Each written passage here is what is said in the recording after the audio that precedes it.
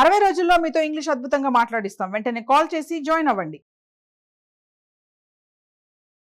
నమస్తే, welcome back to Suman TV. నేను మీ సంజయ్. ఈరోజు మనతో పాటు ఉన్నారు తోడు నీడ ఫౌండర్ రాజేశ్వరి అమ్మగారు. మ్యామ్తో మాట్లాడే రిలేషన్షిప్స్ గురించి కొన్ని టిప్స్ తెలుసుకుందాం. నమస్తే అమ్మ. నమస్తే సంజయ్. అమ్మ, భార్య భర్తల మధ్య ఏదైనా గొడవ అయిందంటే చుట్టూ ఉన్న రిలేటివ్స్ కానీ, చుట్టాలు కానీ, వేరే ఫ్రెండ్స్ కానీ ఎవరైనా చూసుకుంటే ఎందుకు నీకేం తక్కువ, ఇలాంటి వ్యక్తితో నీకు ఎందుకు ఈ గొడవలు, నీకు ఎంతకన్నా మంచి వ్యక్తి దొరుకుతాడు, వదిలేసా అని చెప్తుంటా. అదే వాళ్ళ విషయానికి వచ్చేసరికి ఇలాంటి గొడవలు ఏమైనా జరిగితే ఏం చేస్తాం, కర్మని భరిస్తూ ఉంటారు. మీరు అన్నట్టుగా ఏం చేస్తాం, భరించాల్సిందే అని ఓర్పుగా భరిస్తూ ఉంటారు. ఎందుకు ఎదుటి వాళ్ళకి వచ్చేసరికి ఇలాంటి సలహాలు ఇస్తారు, ఎందుకు వాళ్ళ దగ్గరికి వచ్చేసరికి ఎలా భరిస్తారు? సలహా అనేది ఉచితం కదా, ఉచితంగా సలహా చెప్పడం బాగుంటుంది. రెండోది ఏంటంటే వాళ్ళ మనసు అటు ఇటు ఊగిసలాడుతున్నప్పుడు, అంటే ఏ వ్యక్తి అయితే సఫర్ అవుతున్నారో వాళ్ళు కలిసి ఉండాలా విడిపోవాలా అనే ఆలోచనలో ఉన్నప్పుడు ఇలాంటి సలహా వాళ్ళు విడిపోవడానికి ఎక్కువ ఆస్కారం ఉండేలాంటివి ఇస్తారు. ఒకటి, వాళ్ళకి ఆనందం కలగడం కోసం. భరించు అంటే ఆ వ్యక్తికి ఇష్టం ఉండదు, ఎన్నాళ్ళు భరిస్తాను అని అనిపిస్తుంది బాధపడే వ్యక్తికి. ఎందుకు వచ్చిన బాధ, విడిచిపారే అంటే అది తేలిగ్గా అనిపిస్తుంది. అవతల వ్యక్తి మనసుకు అనుకూలంగా చెప్తారు కొంతమంది. అందులో లాభమా నష్టమా, వాళ్ళ జీవితాన్ని మనం నష్టపరుస్తున్నామా లాభపరుస్తున్నామా అని చూడరు. నేను ఎలా చెప్తే అవతల వ్యక్తి సంతోషిస్తుంది, నేను ఎలా చెప్తే ఆ వ్యక్తితో నా రిలేషన్, నా ఫ్రెండ్షిప్ బాగుంటుంది, అంతవరకే ఆలోచిస్తారు. కానీ నేను ఇలా విడిచిపెట్టే అని చెప్తే ఆ అటు ఇటు ఊగిసలాడుతున్న మనిషికి నేను ఇలా చెప్తే అవును విడిచిపెట్టేయడమే బెటర్ అని విడిచిపోతే దాంపత్యం కూలిపోతుంది కదా అన్న ఆలోచన వీళ్ళకి ఉండదు. అది వాళ్ళకి అనవసరం కూడా. వాళ్ళకి ఎంతసేపటికి అవతల వ్యక్తికి అనుకూలంగా ఉన్న జవాబు చెప్పాలి. సలహా చెప్పడం ఈజీ కదా, ఏదో ఒకటి చెప్పేస్తాను. ఎప్పుడో ఈ టీవీ ప్రోగ్రాంలో ఇస్తున్నప్పుడే గొడవ వచ్చినప్పుడు వాళ్ళు ఏదో క్యాప్షన్ తప్పుగా పెట్టారు, ఆ క్యాప్షన్ తీసేయమన్నా. నేను క్యాప్షన్ మార్చండి అన్న. ఇప్పుడు మార్చడం కుదరదు అన్నారు. ఎవరితో మాట్లాడాలి నేను? అలాంటప్పుడు నేను ఎవరితో మాట్లాడగలుగుతాను? ఏం చేయాలి? అలాంటప్పుడు నాకు ఒక ఫ్రెండ్ సలహా ఇచ్చింది. ఎందుకు వచ్చింది మేడం, అసలు మీరు ఈ టీవీలో ప్రోగ్రాంలు ఇవ్వకండి అనేసి. ఓకే అనుకుందాం, ఎవరు నష్టపోతారు? వాళ్ళకేం నష్టం లేదు, నేను కాకపోతే ఇంకోళ్ళని తీసుకుంటారు.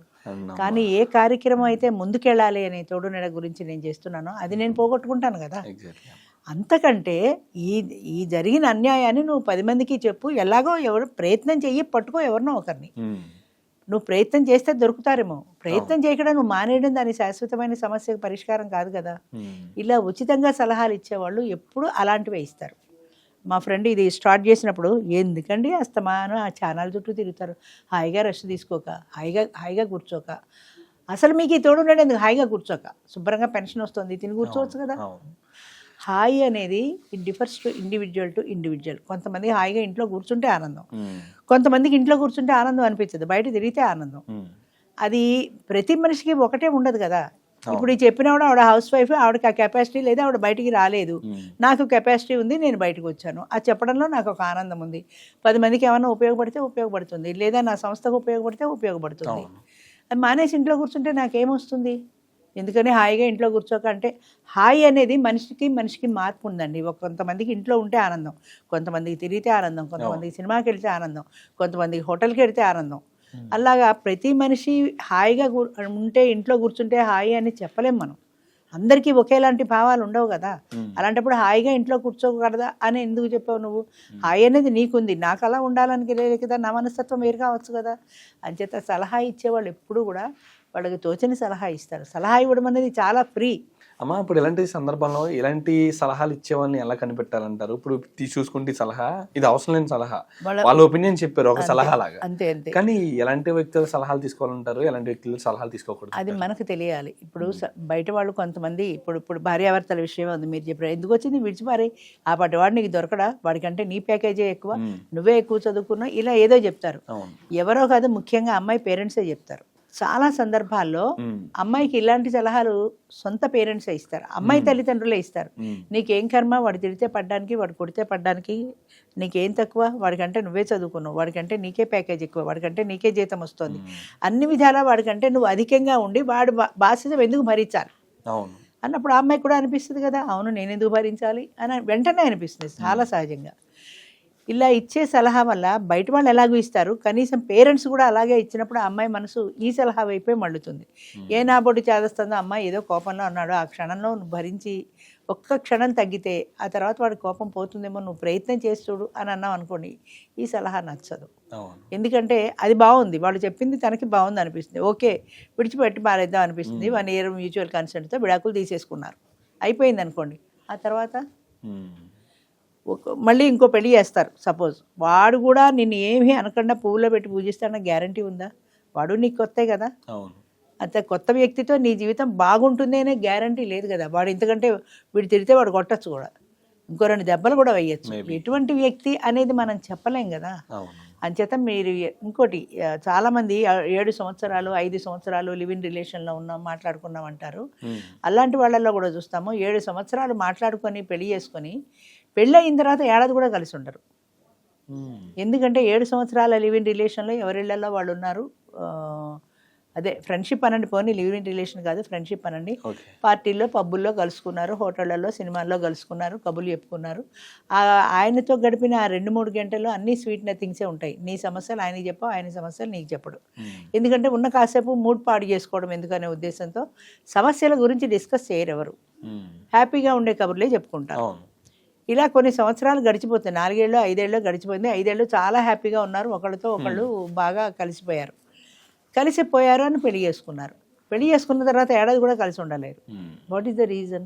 ఏంటై ఉంటుందంటే 1-2 గంటల కూర్చోవడంలో అన్ని స్వీట్ నథింగ్సే ఉన్నాయి. ఎప్పుడైతే ఇద్దరు 24/7 24 గంటలు ఒకే చోట ఒకే ఇంట్లో కలిసి ఉండడం మొదలుపెట్టారో, వాళ్ళ హ్యాబిట్స్లో కానీ వాళ్ళ యాటిట్యూడ్లో కానీ వాళ్ళ నేచర్లో కానీ చిన్న చితక డిఫరెన్స్లు కనబడతాయి. వద్దన్న ఇప్పుడు ఈయన లేట్గా వచ్చాడు అనుకోండి, ఏంటి ఇంత లేట్ అయింది అంటుంది ఆవిడ. చాలా చాలా సహజంగా ఆడవాళ్ళు అడిగే ప్రశ్న. ఆయన మూడ్ బాగుంటే అవును ఏదో పార్టీకి వెళ్ళా లేట్ అయిందని చెబుతాడు. మూడ్ బాగాలేదనుకో, నీకు చెప్పాలా? అక్కడ మొదలవుతుంది యుద్ధం. అంత చిన్న విషయంలో నీ చెప్పాలా అన్నప్పుడు ఈవిడ ఊరుకుంటే పోతుంది, ఊరుకోదు. ఎందుకు చెప్పక్కర్లా, నేను ఈ పెళ్ళాను కదా, నువ్వు నాకు చెప్పాల్సిన అవసరం లేదా, లేట్గా వస్తున్నాను నాకు మెసేజ్ పెట్టాల్సిన అవసరం లేదా, నాకు ఫోన్ చేయాల్సిన అవసరం లేదని ఈవిడ ఫైర్ అయిపోతుంది. ఈవిడ ఫైర్ అయిందని ఆయన అలా చిలికి అది గాలివానే పెద్దదైపోతుంది. అంటే ఆ ఇద్దరిలో ఏ ఒక్కళ్ళు తగ్గకపోవటం వల్ల అక్కడ ఈగో ప్రాబ్లం వచ్చేసింది ఇద్దరికి. దాని ఫలితంగా మళ్ళీ ఇద్దరు విడిపోయే పరిస్థితి. ఇలా ఎన్ని పెళ్ళిళ్ళు చేసుకుని ఎంతమందిని చేసుకున్నా ఇదే పరిస్థితి కదా. అదే మొట్టమొదటి దాంట్లోనే కొద్దిగా మనం సర్దుకోగలిగితే ఆ ఈగో క్లాషెస్ వల్ల వచ్చేటువంటి ఒడిదుడుకులు తగ్గిపోతాయి కదా.